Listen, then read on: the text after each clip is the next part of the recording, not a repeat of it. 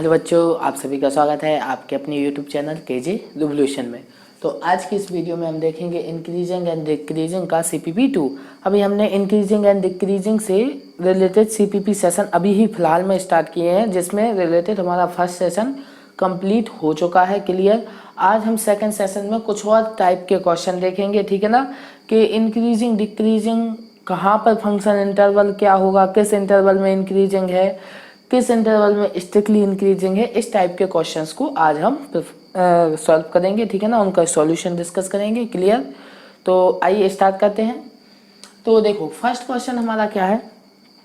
First question है find the interval in which the function this increasing and decreasing. देखो उसने simple increasing and simple decreasing बोला है, then हमारा मतलब क्या है।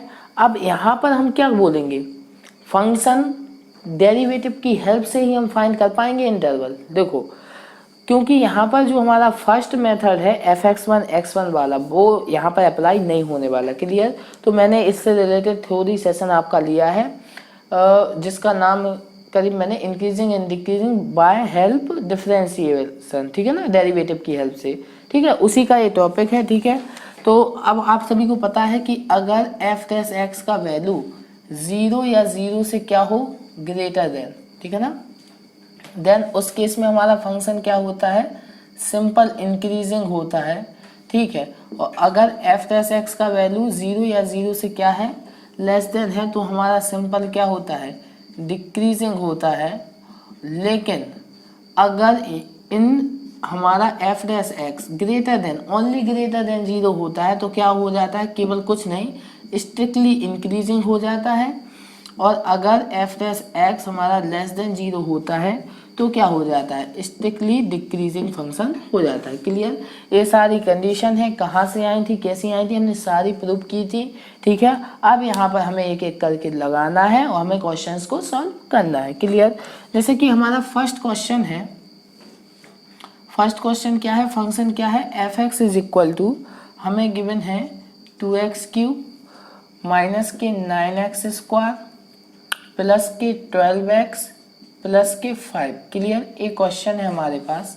अब बताइए इसको हमें बताना है कि किस इंटरवल में इंक्रीजिंग है, किस इंटरवल में डिक्रीजिंग है। तो सबसे पहले तो हमें किसका वैल्यू फाइंड करना पड़ेगा, f' का वैल्यू फाइंड करना पड़ेगा।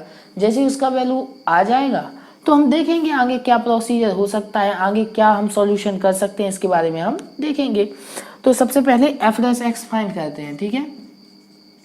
तो f' फाइंड किया तो डेरिवेटिव कीजिए, तो यहाँ से 6x² आएगा, यहाँ से 18x आएगा, क्योंकि x² का 2x होता है ना, 9 में मल्टीप्लाई होगा तो 18x आएगा। 12 आपका कांस्टेंट है बाहर, x का डेरिवेटिव 1 एंड कांस्टेंट का 0 हो जाएगा, तो a मिला। अब इसको अच्छे फॉर्मेट में, फैक्टराइज फॉर्मेट में हम सबसे पहले लिखेंगे, ठीक है ना। ये नियम होता है, मैंने आपको सिखाया था बेबीकर मेथड में भी, कि सबसे पहले हमारा ए फैक्टराइज मेथड होना चाहिए, ठीक है। फैक्टराइज कीजिए, तो सबसे पहले 6 कॉमन आ रहा है तो ले लीजिए, x² माइनस के 3x प्लस के 2, क्लियर। तो 6f'(x). अब बताइए ए फैक्टर हो रहा है ना, इस क्वाड्रेटिक इक्वेशन के क्या हो रहा है, फैक्टर हो रहा है, तो कर दीजिए। ऐसा फैक्टर क्या होगा कि मल्टीप्लाई करें तो 2 मिले और एडिशन करें तो 3, 2 1 2, 2 और 1, ठीक है ना, तो फैक्टर हो गए। तो यहाँ से हमें क्या मिलेगा, x माइनस के 2 मिलेगा और x माइनस के 1 मिलेगा, क्लियर। अब ये हमारा अच्छे फॉर्मेट में लिखा है, ठीक है। तो अब हमें इंटरवल फाइंड करना है, तो कैसे फाइंड करेंगे, तो कुछ नहीं, नंबर लाइन पे ये दोनों पॉइंट प्लॉट कीजिए, ठीक है ना। बताइए f' हमारा क्रिटिकल पॉइंट कौन से आएंगे, एक तो हमारा 1 आएगा और सेकंड हमारा क्या आएगा, 2 आएगा, ठीक है ना। मतलब इन पॉइंट्स पर अगर ए इंटरवल में इंक्लूज मतलब इंटरवल में शामिल कर लिए जाए, ठीक है ना, तो f' का वैल्यू क्या हो जाएगा, 0, ठीक है। तो 0 अगर शामिल हो गया तो सिंपल इंक्रीजिंग होगा या सिंपल डिक्रीजिंग होगा, क्लियर। तो क्रिटिकल पॉइंट्स अगर हम इंटरवल में शामिल कर लेते हैं तो simple increasing and simple decreasing function होता है, क्लियर। अब सबसे पहले बेबीकर मेथड अप्लाई कीजिए, प्लस आएगा माइनस आएगा प्लस आएगा, क्लियर।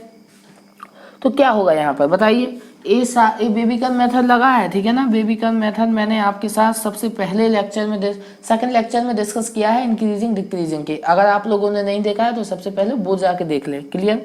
तो यहाँ पर हमें मिल गया कि हमारा एफ डैश एक्स का वैल्यू पॉजिटिव कहाँ होगा, 2 से ग्रेटर देन, और यहाँ पर भी पॉजिटिव होगा, और नेगेटिव केवल कहाँ होगा, 1 से 2 पर। तो अब बताइए, अगर उनने हमसे क्या पूछा है, सिंपल इंक्रीजिंग सिंपल डिक्रीजिंग, तो सिंपल क्वेश्चन है कि हमें क्रिटिकल पॉइंट को शामिल करना होगा। लेकिन अगर पूछा होता strictly and increasing strictly decreasing, तो क्रिटिकल पॉइंट हम शामिल नहीं करते। क्लियर। तो क्या पूछा उन्होंने, फर्स्ट पूछा है वो इंटरवल फाइंड कीजिए जहां पर इंक्रीजिंग है, तो इंक्रीजिंग प्लस साइन कहां पर है, एफ डैश एक्स का वैल्यू प्लस कहां है, तो x belonging to minus infinity to 1, increasing है, क्लोज करेंगे, यूनियन 2 से लेके इन्फिनिटी तक, ठीक है ना, क्लोज इंटरवल। क्लियर। तो इस इंटरवल में हमारा जो एफ एक्स है वो क्या है, एक इंक्रीजिंग फंक्शन है। क्लियर, इंक्रीजिंग फंक्शन है, ठीक है ना। और डिक्रीजिंग फंक्शन क्या होगा, decreasing function x belonging to +1 से आपका 2, इस इंटरवल में क्लोज इंटरवल रहेगा, तो यहाँ पर हमारा क्या हो जाएगा, डिक्रीजिंग फंक्शन हो जाएगा। क्लियर, ठीक है ना। सारे बच्चों को आया कि नहीं आया। तो इस तरीके से हमें इंटरवल फाइंड करने पड़ते हैं। यहाँ पर इंपॉर्टेंट पॉइंट क्या है कि अगर सिंपल इंक्रीजिंग या सिंपल डिक्रीजिंग है तो हमें क्रिटिकल पॉइंट्स को लेना है, ठीक है ना। और अगर strictly and strictly decreasing increasing है तो देन क्रिटिकल पॉइंट्स को हमें नहीं लेना है। क्लियर, हमारे इंटरवल में इंक्लूडेड नहीं करना है। क्लियर। तो नोट डाउन कर लीजिए सारे बच्चे। क्लियर कर लिया, नेक्स्ट क्वेश्चन पे मूव कर सकते हैं। ठीक है, नेक्स्ट क्वेश्चन देखिए आप सभी। नेक्स्ट क्वेश्चन को ट्राई करने का कोशिश कीजिए आप लोग, ठीक है। नेक्स्ट क्वेश्चन भी इजी क्वेश्चन है, ठीक है ना, ज़्यादा कुछ डिफिकल्ट नहीं है। बस यहाँ पे आपको क्या करना पड़ेगा, डेरिवेटिव अच्छा आना चाहिए, ठीक है ना, क्योंकि यूजेस चल रहा है डेरिवेटिव का, और डेरिवेटिव हम बहुत डीप डिस्कशन कर चुके हैं, ऑल ओवर सारे मेथड हमने डिस्कस कर लिए हैं, ठीक है। तो बताइए, find the interval in which the function this is increasing and decreasing. Same question है, तो फंक्शन क्या है, बस फंक्शन चेंज हो गया, ठीक है। तो function F X is equal to हमें गिवन है log 1 + x। क्लियर। और यहाँ पे लिख लेते हैं, ठीक है ना, F X is equal to given है log 1 + x minus 2x upon 1 + x। Clear, ये फंक्शन है, तो इसका डेरिवेटिव करना है, ठीक है, करते हैं। तो एफ डैश एक्स, तो log x का डेरिवेटिव होता है हमारा 1/x। Clear, minus 2। अब इसमें क्या होगा, इसमें डिवाइड लगेगा, तो हमारा ए आपका एज इट इज रहेगा, डिनोमिनेटर आपका एज इट इज रहेगा, न्यूमिनेटर का आपका क्या होगा, डिफरेंशिएशन, तो 1 हो जाएगा। अब न्यूमिनेटर आपका एज इट इज रहेगा, डिफरेंशिएशन होगा हमारा डिनोमिनेटर का, तो उसका भी 1 होगा। यहाँ पर डिनोमिनेटर का क्या हो जाता है, स्क्वायर हो जाता है। क्लियर, सॉल्व कराते हैं, देखते हैं क्या मिलता है। F dash X is equal to 1/1 + x minus के 2, यहाँ से 1 + x माइनस के x अपॉन में 1 + x का होल स्क्वायर। x से x हमारा क्या हो गया, कैंसिल हो गया। एलसीएम टेक करते हैं एफ डैश एक्स, तो एलसीएम लेंगे तो यहाँ से क्या आएगा, 1 + x का होल स्क्वायर आएगा। क्लियर, इसको 1 बाय डिवाइड करेंगे तो 1 + x आएगा, यहाँ से 1 मिलेगा तो 2 आ जाएगा। क्लियर, तो यहाँ से एफ डैश एक्स का वैल्यू क्या आया हमारा, x - 1 अपॉन में x + 1 का होल स्क्वायर। बताइए, अब बताइए कि ए वैल्यू तो ऑलवेज क्या होगी हमारी, पॉजिटिव, मतलब एफ डैश एक्स का वैल्यू पॉजिटिव हो या नेगेटिव हो, किस ब्रैकेट पे डिपेंड करेगा, इस ब्रैकेट पे डिपेंड करेगा। तो केवल क्रिटिकल पॉइंट इसी ब्रैकेट से मिलेगा हमें, और वो क्या होगा हमारा 1। क्लियर, तो प्लस एंड माइनस। क्लियर, मतलब अगर हमारा 1 से कोई भी बड़ा वैल्यू हम रखते हैं देन एफ डैश एक्स का वैल्यू क्या मिलेगा, ग्रेटर देन 0, और 1 से छोटी कोई भी वैल्यू हम रखेंगे तो लेस देन 0 मिलेगा। और अगर 1 से इंक्लूडेड हो जाए तो simple increasing and simple decreasing, लेकिन 1 इंक्लूडेड नहीं हो तो क्या होगा, strictly increasing and strictly decreasing. Clear, तो यहाँ पर शायद हमसे क्या पूछा है, कौन सा पूछा है, हाँ, simple increasing and simple decreasing. तो इंक्रीजिंग फंक्शन हमारा किस इंटरवल में हो जाएगा? इंक्रीजिंग फंक्शन होगा हमारा close interval 1 to infinity. Clear? ये होगा हमारा क्या? Increasing function. और अगर डिक्रीजिंग की बात करूँ तो किस में होगा? -∞ to 1 और क्लोज इंटरवल। क्लियर? समझ में आया ना? कर लीजिए, नोट डाउन कर लीजिए सारे बच्चे, ठीक है ना? क्लियर? देखो फिर बोल रहा हूँ, चीज़ें सारी डुएबल होती हैं, बस आपको कॉन्सेप्ट पे पकड़ होनी चाहिए। और देखो कोई भी टॉपिक हो, अगर आपका उसमें इंटरेस्ट हो तब पढ़े, ठीक है ना? और इंटरेस्ट नहीं हो तो कुछ ऐसा सीखें, कुछ ऐसा नई चीज़ें उसमें सीखें कि आपका इंटरेस्ट डेवलप हो, ठीक है? चीज़ें तो देखो मजबूरी से नहीं पढ़ना हमें चीज़ें समझ में आना चाहिए। क्लियर? और जब समझ में आती है, देखो मैथमेटिक्स में एक फीलिंग आती है, ठीक है ना? जो बच्चे भी मैथमेटिक्स को लाइक करते हैं, ठीक है ना, पसंद करते हैं, तो उन्हें पता होगा कि क्वेश्चन जब सॉल्व होता है ना तो कितनी अच्छा लगता है, ठीक है ना?